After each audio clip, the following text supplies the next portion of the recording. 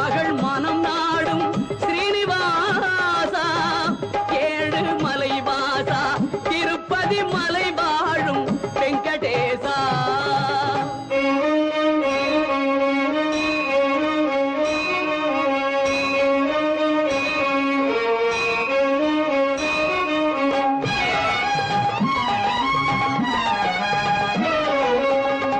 அன்பெனும் அகல் விளக்கை ஏற்றி வைத்தேன், அதில் ஆசை என்னும் நெய்யை ஊற்றி வைத்தேன்.